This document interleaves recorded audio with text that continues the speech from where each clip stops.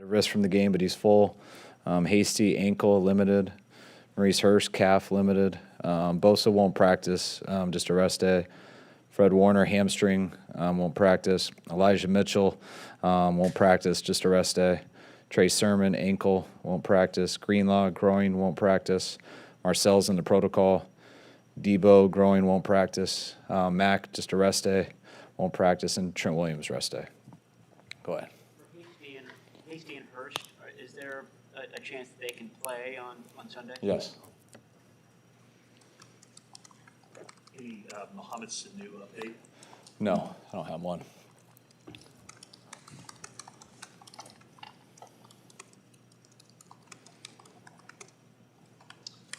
As far as Fred, he's so prominent out there in practice before games as a sort of an energy guy and as a leader.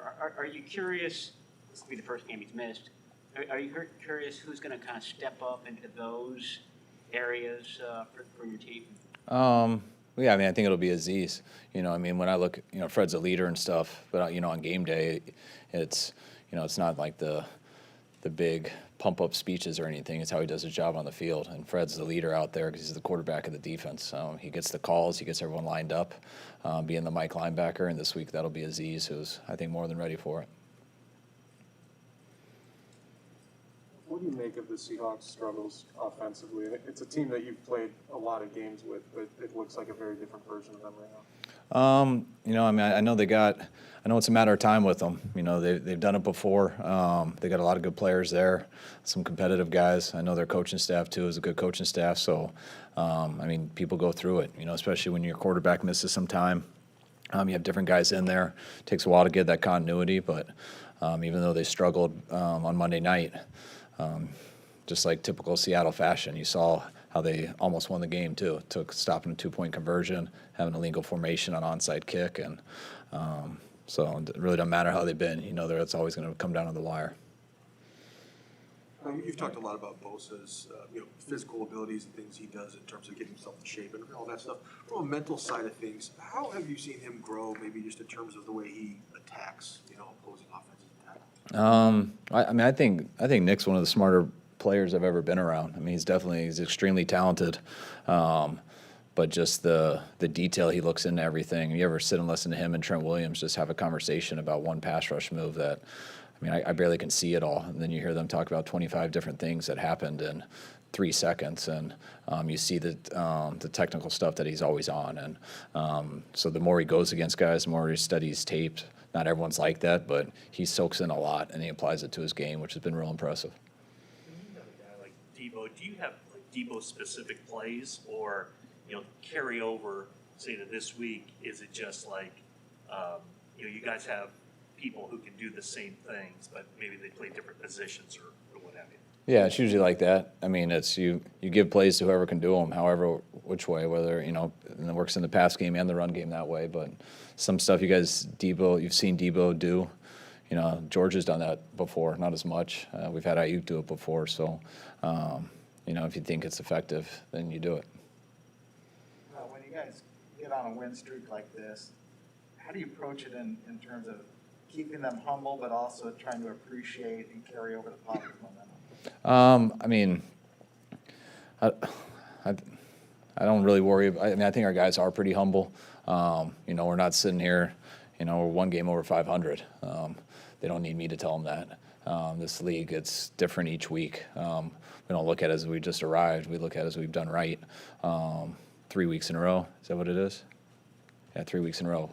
All right, or 4. All right, thank you. We just look at it that way, and we know where we have been at times this year, especially losing the amount in a row that we did. So, whether it's, young guys, sometimes you can worry about that because usually you learn through your life experiences, and sometimes people don't get the NFL. I think our young guys learned how bad the NFL is when you lose, and I think some of them are seeing how much better life is coming to work, but everything when you win. And it's good that they can learn that, and everyone else who has been here, I think, already knows that. Aziz has come through with big plays like the last 2 games. Has this ascent been a gradual one in your eyes, or is he just something right clicked in lately, or how would you? I think, describe I mean, Aziz in college, or even when he got here, I thought Aziz was always a kind of a splash player. Anybody who runs is without hesitation and is very physical and is running through people and doesn't hesitate, those guys make plays. Now, sometimes they mess up plays too because they're out of control and things like that. So I always think Aziz has made some plays for us, but I think the more reps he's gotten, in these few years, taking a starter role and stuff like that, I think him making mistakes has got a lot less, and the more that happens, the more confidence you get, and that's why he's playing at his best when he is doing those things. Talked about just how Debo's been everything for this offense and the mismatches he creates just by defenses not knowing what you're going to do. Given how effective he's been as a runner, just creating those mismatches, do you feel like you have to find a new recipe to create that? Yeah, I mean, you usually have to find a new recipe almost every week, but I mean, regardless of what you do, people are usually going to be able to stop it, and Debo still was able to break a few big runs here 3 weeks in a row.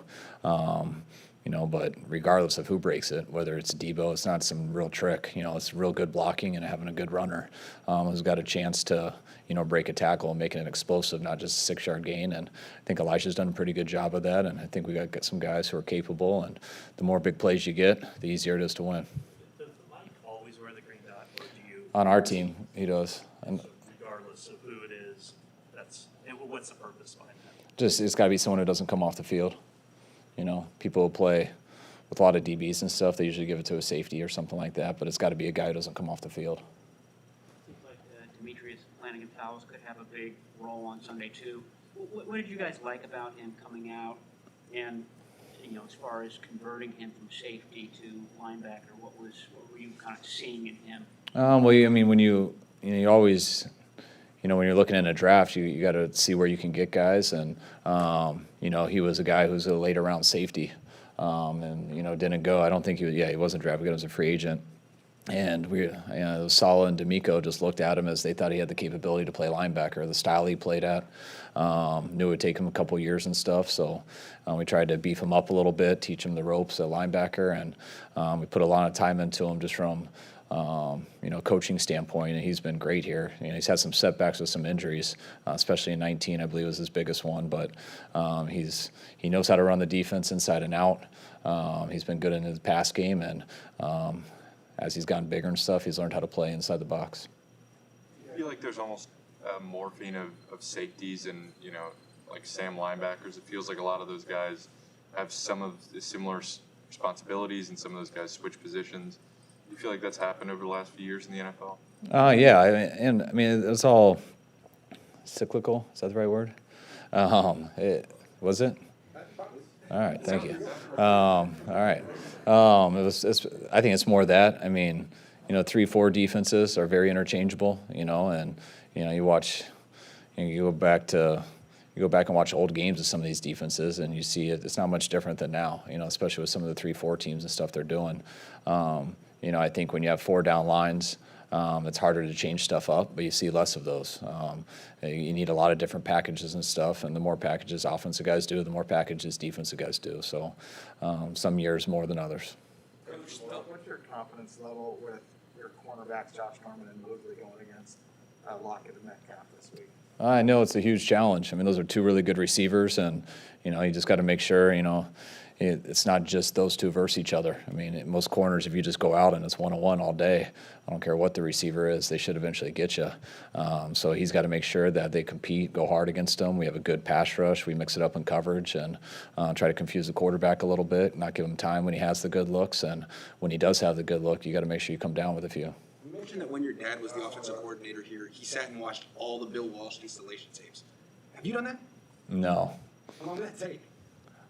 I think it took him like the first 3 months in the hotel building. I did it just for things have changed a little bit, so like it's not the exact same thing, but I just did it for entertainment, and it was pretty cool to watch. All right, thanks, guys.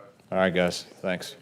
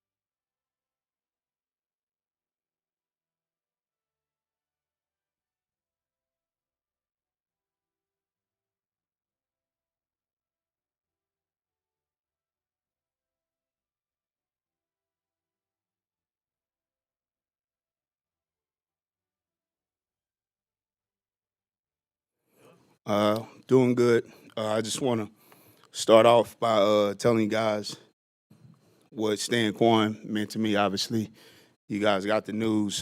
He was a great man, great sense of humor, had a loving spirit. Coach Clay and I spent more time with Quan than anybody in this building. And Quan was a legend. He is a legend.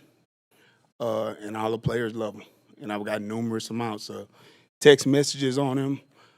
His family as well. I know he's in a better place. And like his family said to me, I know he's looking down, smiling on all his colleagues and all his players.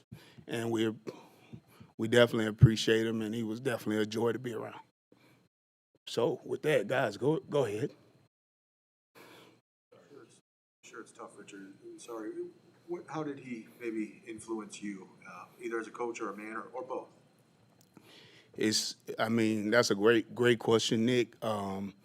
But I don't have enough time to answer how much he influenced me, because he was there from the start, and I've been knowing Quan a long time, even through special teams world.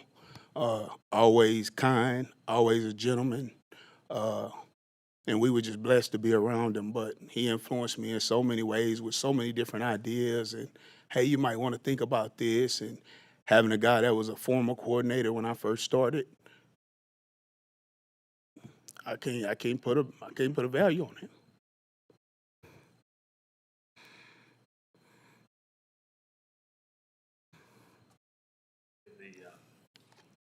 The awkward transition here.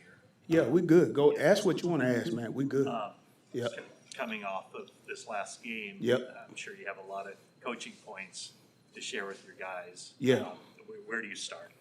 Yeah, you just start like where it's nothing really. You don't make a huge deal out of something. Obviously, we had a terrible play in the ball game, and we can't have that happen. But we just go back to technique and fundamentals and basic. We got to make a tackle at all costs. We knew that kid was a really good player going in, and they made a better play than we made. The sky's not falling down. We're not going to push the panic button. We're going to go right back to work like we always have, and we're going to try to make sure that doesn't happen again. And we, just like I say every week, we're going to try to set the defense up and put them in good field position and try to set the offense up. And obviously we didn't do that on that play, and they made a better play than us on that play. TV cameras caught you getting emotional during the course of that. What's going through your mind as you're seeing that unfold? The main thing that goes through my mind when anything bad happens in a game is how it affected the team. That's what I care about the most. So I'm an emotional dude by nature, but I'm also a passionate guy by nature. So I believe in my players. I believe in the coaches. I believe in everybody that's out on the field. And I believe that when we get back out there again, we'll prove that that was one play, and it is not going to define us. That's our goal, all right? So that's what's going through my head, is letting the team down at that moment when they're depending on us to do something. That's what goes through my head. It's a good question. Was the intent to kick to him on that second one? Because he had popped the one before halftime there too. Did you want to give him another opportunity, or was that supposed to be a touchback? Yeah, we try to move the ball around in different situations and different plays, or usually different. The one that was popped to him, obviously, we don't want that ball in that guy's hands at all. All right, but we do believe in our coverage guys, so it's not on one person on that. I guess if you're asking, should it be a touchback? I mean, we got to cover, and we didn't cover on that play, and it's our job to cover, and it's my job to get them to cover. Did guys get out of their gaps, or did guys just not get off blocks? What happened? Yeah, so on that play, if you go back, and you guys can go back and look at it, but we just didn't get to the football. That's bottom line. We didn't get to the football. So, and we got to do a better job of getting to the football. And I got to do a better job of helping them get to the football. It's no one person. No, they blocked us. And they did a good job of blocking us. Core players, Demetrius Flanagan Fowles, could have a bigger role on defense this week. When that happens, do you expect that the special teams role lessens? And if that is the case, who would kind of step into his special teams role in Seattle? Yeah, well, that's a great question, Matt. That's a constant battle that special team coaches always deal with. And it's something that when they play more, or some of those core guys, if they play more and when they play more, we got to try to make sure we do what's best for the team. Keep them fresh for defense or offense, keep them fresh for special teams. And that's something that we dealt with last year when a lot of guys went down, and we kind of dealt with it last game too, but it's not an excuse. Like when guys go down, then we believe in the guys that go in there to go in there, and they have to have the confidence, and we have the confidence in them, and they have to go make plays. Like the bottom line is making plays. And I'm never going to steer away from that and never going to make excuses. Whoever's on the field, we have to make plays. He talked all about just how the game went for him and his health, how he's come along. Yeah, Robbie Gold's doing good. His health is good. He's fine. He did a good job in the ball game with the pop kick. He popped that one kick after the penalty, where you see Charlie Warner make the tackle there inside the 20-yard line at the 17. So he executed that situation perfectly. He had another kickoff in the game that was a touchback, so that was outstanding. And then he had his field goals and extra points. He was really good on those up until the last one, and it was a good. He hit the ball with good contact. It's just football. He just missed it, and I know he loved to have it back, and we would all love to have it back. But we got a ton of confidence in Robbie Gold. He's made a number of game-winning kicks for us, and we expect him to do it if it comes down to the wire in Seattle. And I know he's ready to do it. That's one thing I know about him. He can't wait to go back and kick another one. Good? All right, guys. Thank you, guys. Appreciate it.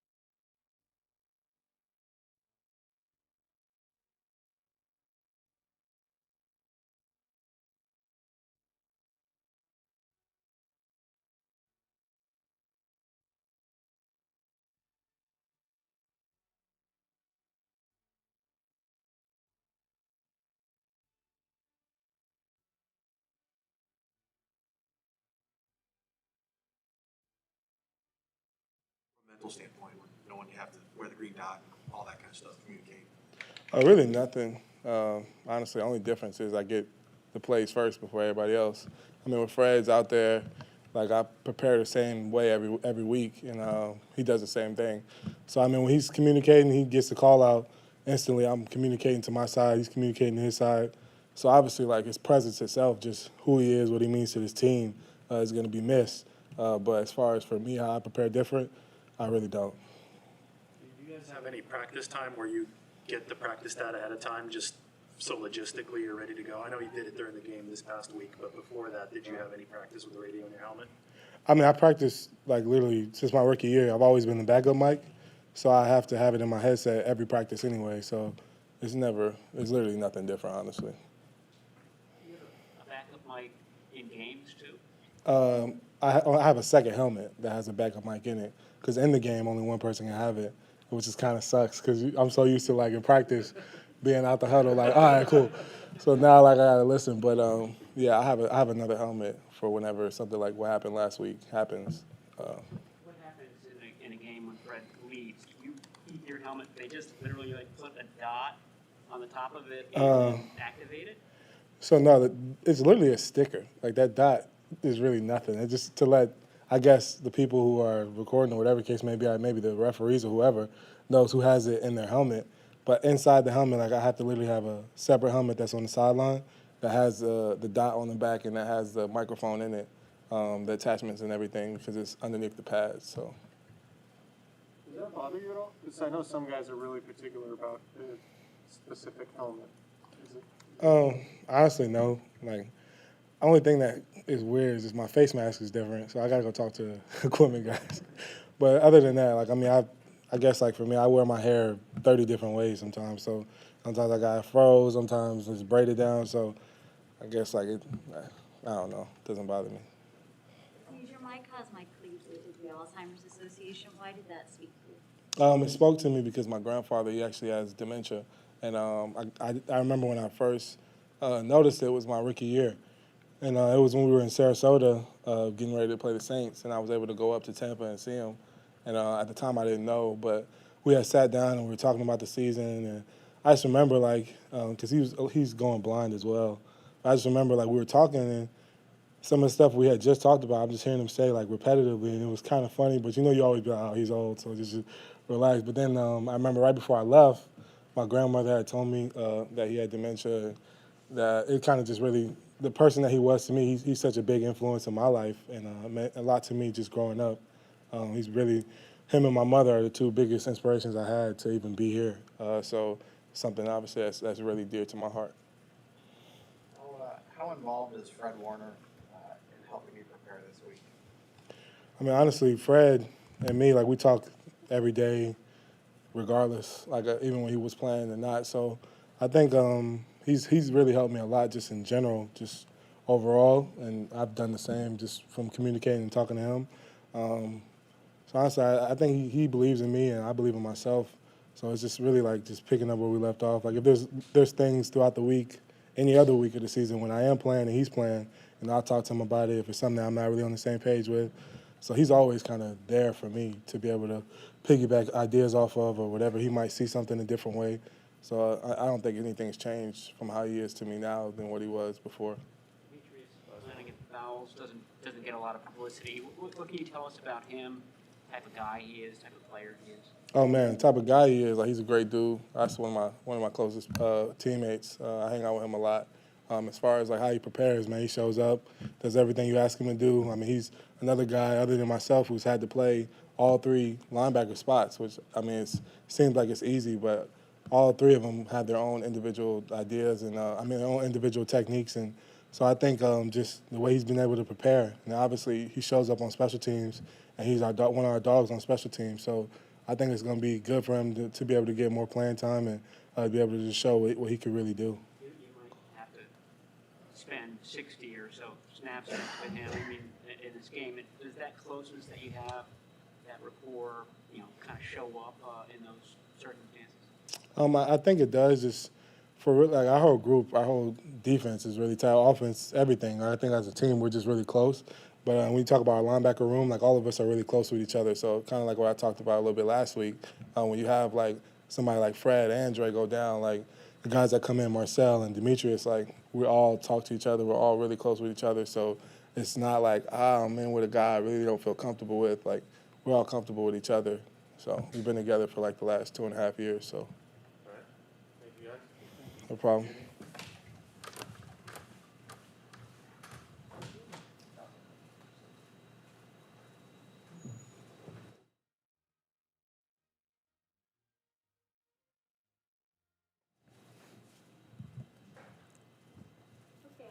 again. Your My Cause, My Cleats, can you talk about the genesis of that and the kids behind there, please? Yeah, kind of similar to something that we've done in the past, just getting all these little kids to draw portraits and collages and kind of putting them all together on the shoe. We spent a lot of time on it. It's not fully done yet, but I'm pretty excited with where they're going right now. What kind of memories do you have of playing in Seattle? Because we're kind of at two different levels, I would imagine. Yeah, some good, some bad. Obviously the first one that pops in my head is when Dre made the big play on the goal line. But, yeah, they've gotten the better of us these last couple times. So this will be a good challenge for us. It's going into their home turf. It's going to be a hostile environment. We know that, whatever the records are. But, we'll be ready for it. What makes that defense a tough matchup? They're always flying around, honestly. It's the way they move, the way they chase the ball. They're sound in their coverages. They don't do too much to complicate things. But it's just they're very sound, and they tackle very well in space. All that added together makes for a good defense. Of all the places you play, is that one of the toughest? They're right on top of you there, and those guys are pretty loud. Yeah, they get after it up there. But it's a good challenge. We try to embrace it, get the silent count going. It'll be a little different than last year. It was a nice luxury without the crowd last year. But yeah, it's a tougher spot to play. As much as you guys try to stay humble during a win streak, is there times where you can enjoy it and realize the fun that goes into it?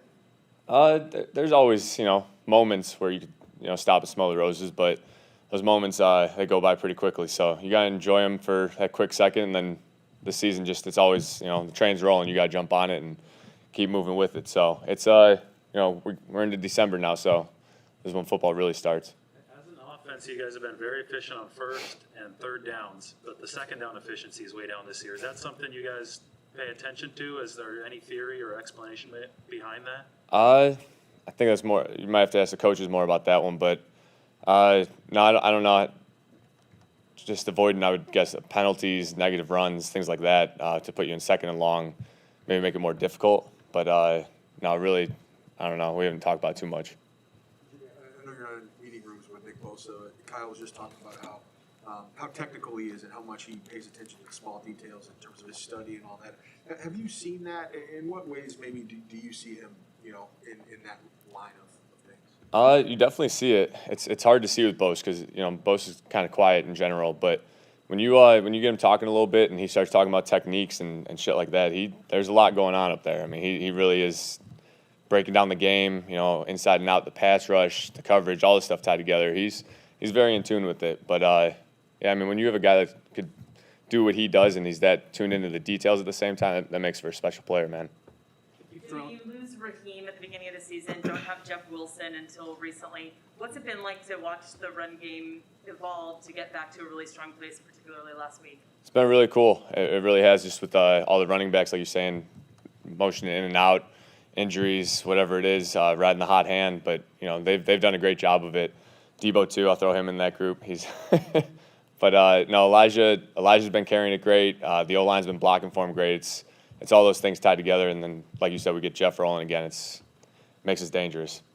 You've thrown 67 passes and run it 125 times in the last 3 games, which is pretty skewed league-wide. But do you think as a younger player, you would have been maybe more anxious to throw a few more passes? It doesn't seem like it matters to you now. Yeah, I think so. Probably in my first couple of years, you always want to – it's just part of being a quarterback. But, no, I guess as I've gotten older, it's just about winning. And that's, in this league, that's all it is. And you keep doing that, good things will happen to you.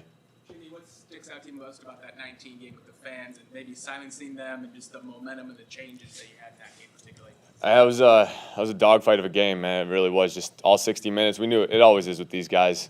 But, yeah, just that atmosphere, that was one of the coolest atmospheres I've ever played in. I can remember pregame sitting there and just, kind of soaking it in for that split-second moment. But it's it'll be a dogfight. We know that going into it, so we have our minds right.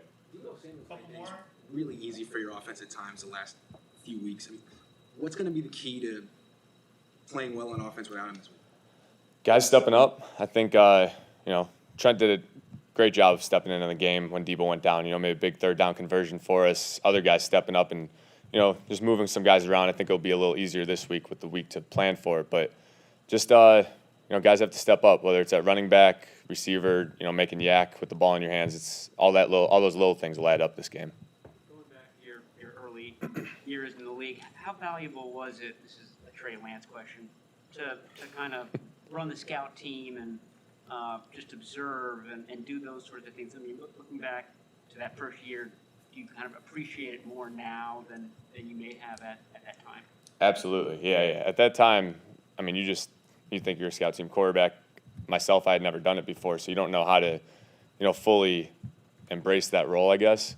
But a lot of good could come from it. It's one of those things the defense might have you circle on a receiver, and you have to throw this ball, and you have to find a way to stick it in there and beat the coverage. And those are the tough spots that you get in, but it makes you a better quarterback, I think.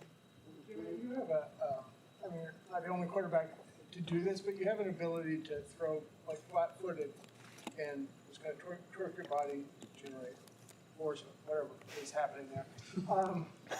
But like have you always kind of done that? And have you ever had coaches say, no, you got to be stepping, that's not proper? Well, you want to have your feet in the ground. I mean, the more cleats you get have in the ground, the more force you develop, and I think that's part of it. But yeah, I don't know. I haven't put too much thought into it. I think just when you're in a good rhythm as a quarterback, that's when you can really be your best.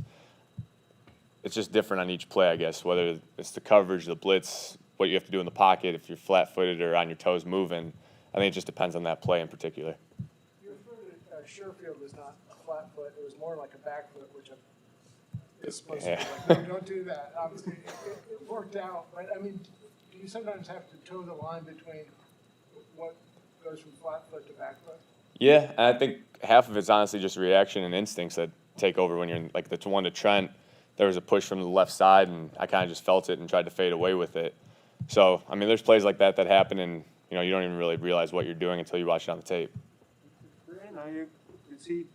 Have you seen him get into it with defensive backs before, like he did on Sunday? I've seen BA. Yeah, he gets a little chippy at times, but it's a good thing he's got those long arms. Is that a shift from maybe where he was earlier in the season, whether it was urgency or having a different mentality? Is that a sign that maybe he's at that point now?